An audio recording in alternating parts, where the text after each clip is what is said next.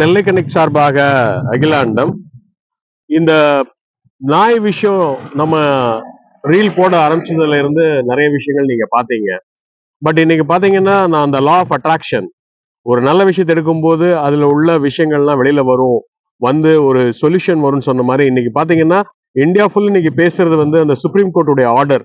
டெல்லியில வந்து 8 வாரத்துல நாய்கள் எல்லாத்தையும் இது பண்ணணும்னு சொல்லி சுப்ரீம் கோர்ட்டே இன்னைக்கு இன்டர்வியூ ஆயிருக்கு. ஏன்னா எல்லா ஊர்லயும் நாய் தொந்தரவுகள் பரவலா இருக்கு.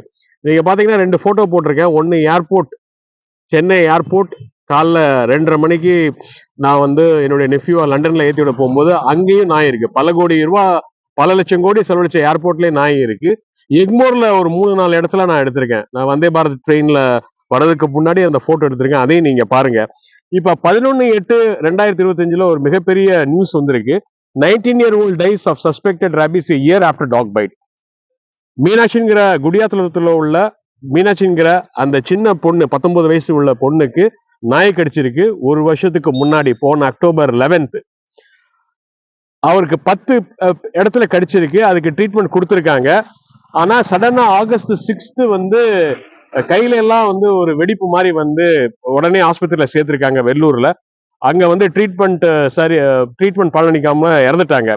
இவங்க வந்து என்ன சொல்றாங்கன்னா, ரெகுலரா நாங்க ட்ரீட்மெண்ட் கொடுத்துட்டு இருந்தோம், பட் இது 3rd கிரேடுக்கு வரைக்கும் போனதுனால ரேபிஸ் வந்து வேலை செய்யல, ரேபிஸ் இன்ஜெக்ஷன் வேலை செய்யல அப்படின்னு சொல்றாங்க.